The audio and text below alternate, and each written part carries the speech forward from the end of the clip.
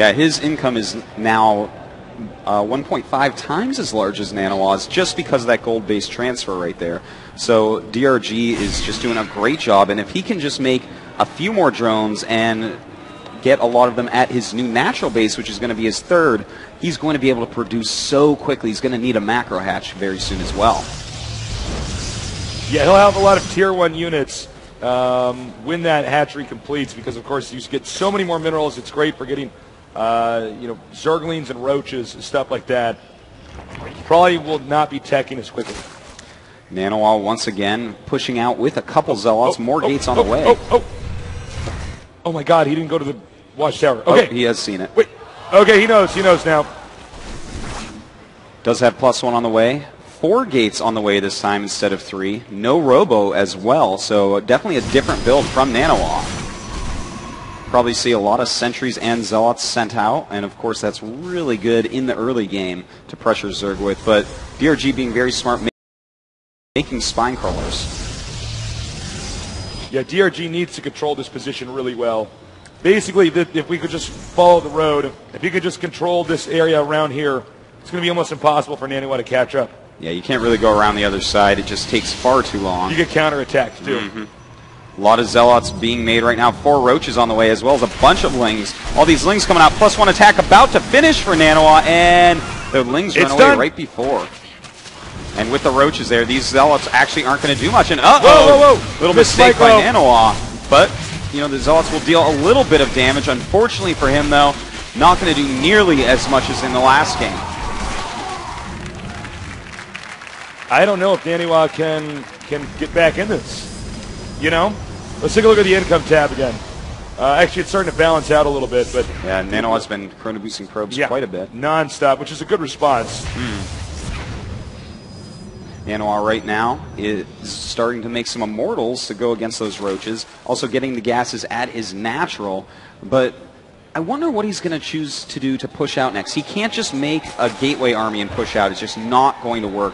DRG is getting that macro hatch. He has a huge amount of drones. His economy is very good, so his production is going to be very high, especially when Naniwa already lost all those units basically for nothing.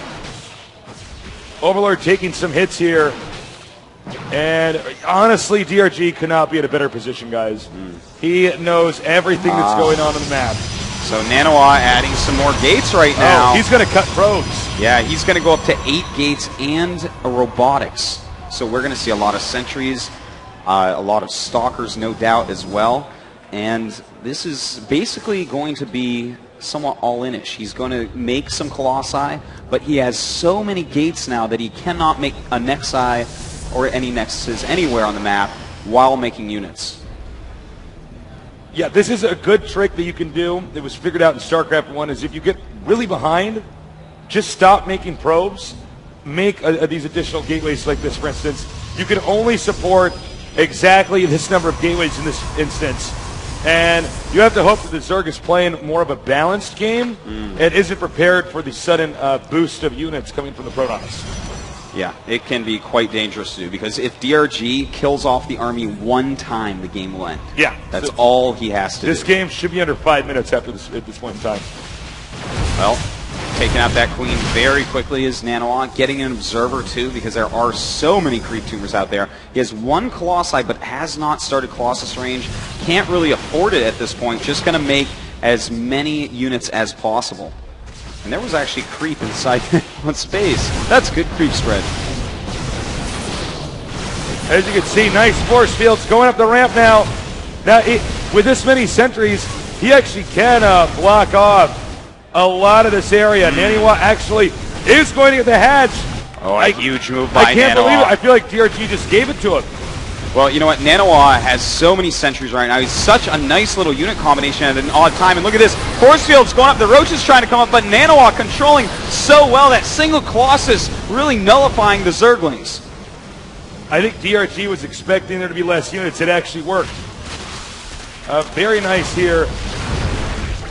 Picking off those stalkers is a beautiful move, but DRG right now flanking with a huge army, going for that Colossus, not quite getting it, but putting Roaches up to the high ground. That Colossus Beautiful micro getting out of there, and amazing force fields as well. Naniwa's battle micro continues to impress. That was insane. This Colossus is actually still alive with 15 hit points. That should have died a while ago, but there was no way for DRG to catch up to it. Now, I think if I was Naniwa, I'd turn around. I would actually revert back into a normal game and make more probes, but I guess he's more interested in just committing and trying to end this right away. You know, he is picking off a lot of overlords. I wonder where his observer actually is. It's actually over here. Oh, okay, there it is. You know, he really needs to remove some of these creep tumors because DRG has full vision of all of his army movements.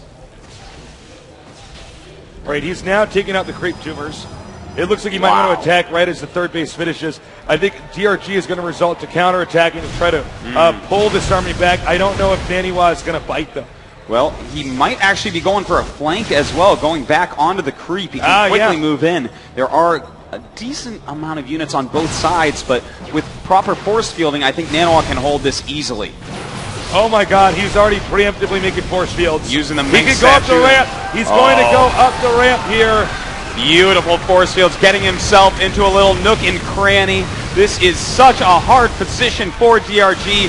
He has no way to actually attack this army right now. Oh my God. Oh my God, indeed. This is game. Yeah, he's There's in no the way main for him base. to get inside there. And DRG says, well, I have to counterattack. So a counterattack he does, but he is losing his main. That's macro hatches. That's the lair. That's the roach warren. That is the spawning pool. DRG has almost nothing. He has no drones outside mining except for those at the third.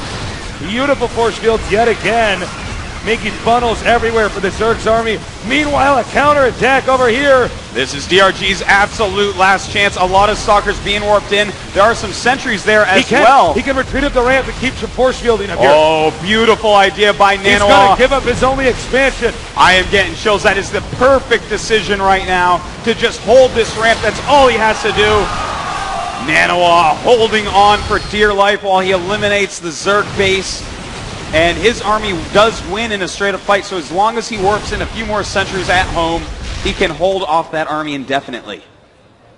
I mean, this attacker by DRG, it could have been a base trade, but he's just not going to let him get back up the ramp.